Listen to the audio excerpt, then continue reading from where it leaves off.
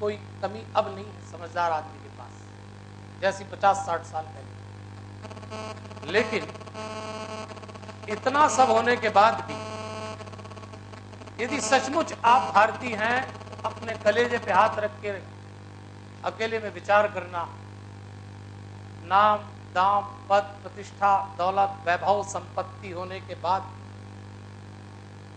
ऐसा लगता है कुछ खोया खोया सा है, कोई चूक हो गई जिंदगी, कुछ है जो हाथ से फिसल रहा है, कुछ ऐसा हो रहा है जो नहीं होना चाहिए। और उस दिन ऐसा लगता है। उर्दू में एक शेर है, उसमें एक अल्फाज आता है मंजर।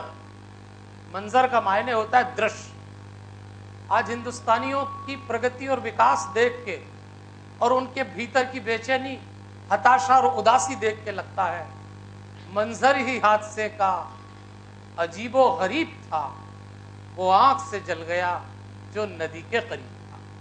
भारत के लोग धर्म और अध्यात्म की गंगा के पास बैठे और फिर भी परेशान हैं, निराश हैं।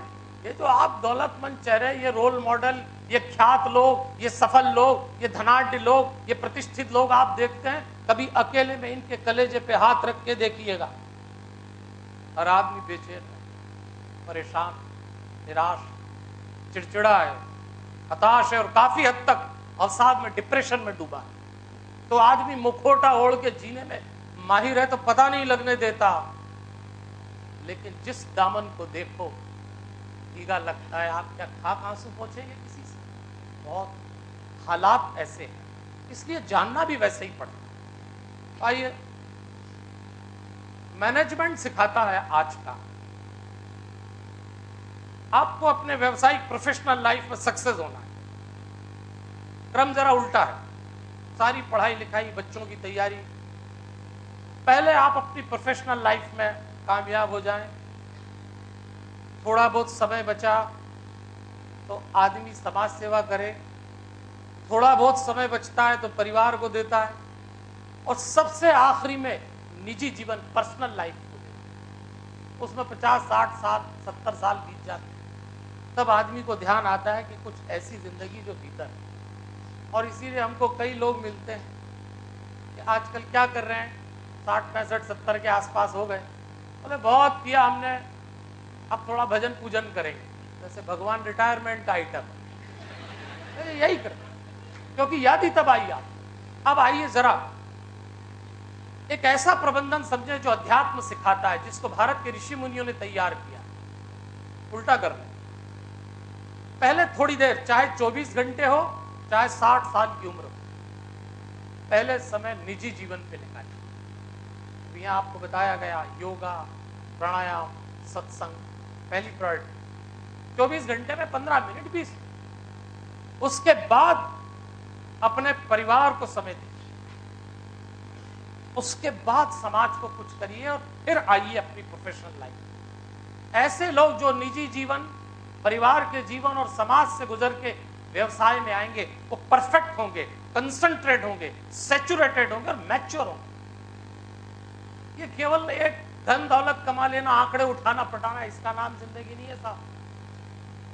जिनके पास बहुत दौलत है उनको ज्वालामुखी की तरह काटने लगती है एक दिन दौलत, एक मोड़ ऐसा आता है, कुछ चाहिए आप उसको बर्दाश्त कर सकते, तो जरा सा क्रम पलट दीजिए, पहले कुछ काम करिए निजी जीवन। इसीलिए हमारे ऋषि मुनियों ने कहा है निजी जीवन में पवित्रता होना चाहिए, प्योरिटी। आप भीतर से जितने साफ सुथरे, जितने पवित्र हैं, आप बाहर से उतने ही शांत। दूसरी बात, परिवार के जीवन में प्रेम होना चाहिए, परिवार का केंद्र प्रेम हो।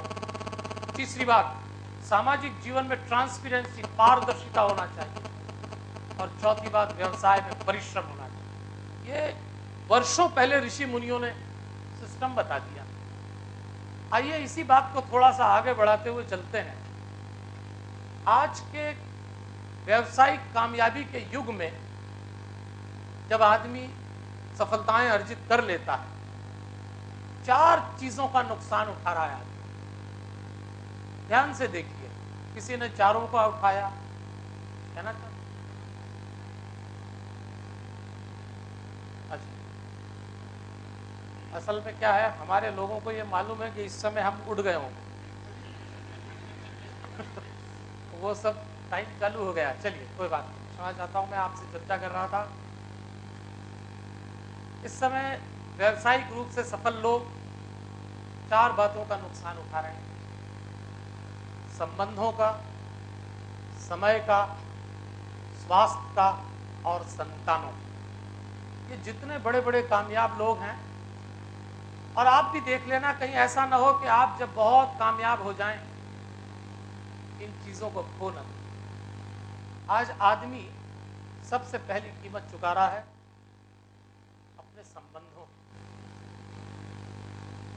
इतना व्यस्त हो गया, इतना महत्वाकांक्षी हो गया,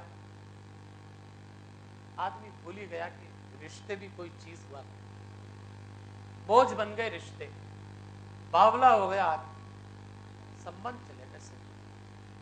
एक छत के नीचे रहने के बाद ऐसा लगता है धर्मशाला में जी रहे हैं। और 3 चीजों ने तो संबंधों का सत्यानाश ही कर दिया: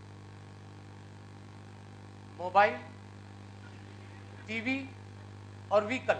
बुरा मत मानो, मोबाइल ने दूरी बढ़ा दी, टीवी ने दर्द बढ़ा दिया, व्हीकल ने दिखावा बढ़ा दिया। ये 3 चीज इंसान की जिंदगी से ऐसी चिपक गई कि एक छत के नीचे पति पत्नी रहते हैं और एहसास ही नहीं कर पाते कि कोई किसी के साथ। रिश्ते मजबूरी बन जाए। मैं टेक्नोलॉजी की बुराई नहीं करता, लेकिन इस मोबाइल ने ऐसा सिखा दिया, अगर आप घर में बैठे हो 3-4 उम्र के लोग, और नई पीढ़ी के बच्चे का मोबाइल आए तो बटन दबाने के पहले बाहर जाता। तेरे को ऐसी कौन सी बात सुनना है जो बाहर जाके सुन रहा है? सबसे पहले भागेगा। देखते ही देखते लोग दूर हो गए। और मोबाइल ने एक चीज और सिखाई: झूठ बोलना। आप इस मोबाइल के कारण इतना झूठ बोलते हैं कि घरवाली का फोन आया, बोले बस पहुंच रहा हूं, अभी उठे ही नहीं दफ्तर से। ये बहुत ठीक नहीं। लॉन्ग टर्म में आपको इसके नतीजे मिल जाएंगे। सावधानी रखिएगा। संबंध खराब हो गए।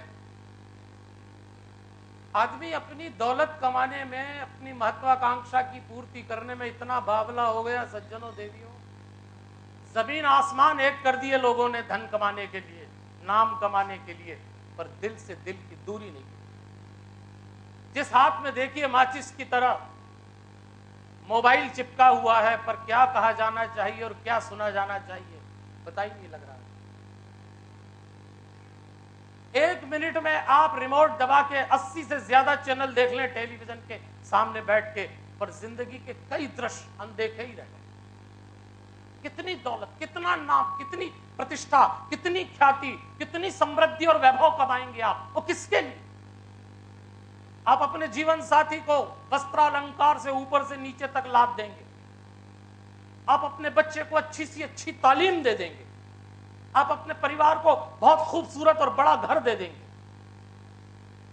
लेकिन कहीं ऐसा ना हो कि प्रेम के 2 बोल बोलने के लिए आपके पास वक्त न, आप उस दिन सबसे बड़े कंगाल हो। और ऐसा हो गया।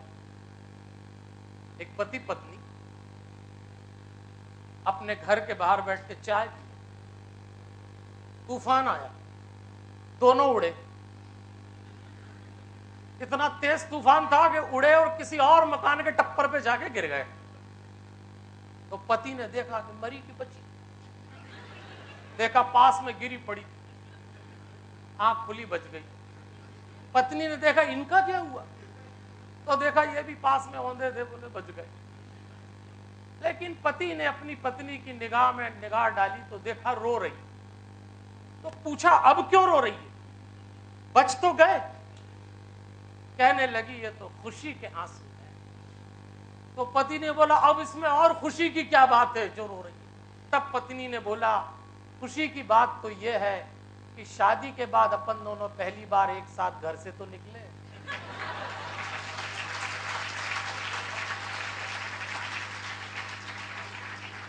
आज आदमी सब बातों में काबिल और माहिर है, पर जनाब संबंधों की कीमत चुका के यदि दौलत कमा रहे हैं, एक दिन पछताएंगे। अब सवाल ये उठता है, अभी 70 घंटे लिखना, अभी देखा 70 घंटे काम करना, आप सही बात है, 15-16 घंटे आपको रोज काम करना सामान्य बात है। वो वक्त चला गया कि 7 घंटे बाद घर आए, लुंगी पहनी, चाय पिया और बैठ गए जमा। करना ही आपको, ट्रांजिट पीरियड 3-3 घंटे का है मेट्रो में। चलो छोड़ो, मैं नहीं कहता आप समय, मैं कहता हूं 20 घंटे काम करो। अगर आप प्राणायाम करते हैं तो 1 घंटे का प्राणायाम 3 घंटे की नींद पूरी करता है, तो आप 20 घंटे काम करिए। मैं करता हूं इस उम्र में 20-20 घंटे, उससे कोई दिक्कत नहीं। मैं आपका समय नहीं लेना चाहता, लेकिन आप संबंधों में समय दे भी नहीं पाएंगे, माफ करना, मुश्किल। लेकिन जिस समय संबंध का निर्वाह कर रहे हो, एहसास बनाए रखें। संबंध समय से नहीं चलेंगे, एहसास से चलेंगे। आपकी मौजूदगी वहां हो, 10 मिनट घर में रहें, पर 10 मिनट रहे तो सही। आदमी भीतर और बाहर, जब बाहर कोई और आदमी है तब भीतर कोई और होता है। आप अपने जीवन साथी, अपने बच्चे से बात कर रहे होते हैं, तब आप मीटिंग ले रहे होते हैं, मैसेज पास कर रहे हैं। अभी भी बहुत सारे लोग मोबाइल पर लगे रहते हैं। तो रोज का काम है, हम तो रोज हमारे श्रोताओं से मिलते हैं भैया, और हम देखते हैं कि वो तो अच्छा ऊपर बैठे तो दिखता है, कहीं आप ही के लेवल में हो तो पता नहीं क्या क्या करते रहो। आदमी बराबर इस पे सारे काम करता है और हमको भी सुनता। अभी हम पिछले साल पाकिस्तान गए,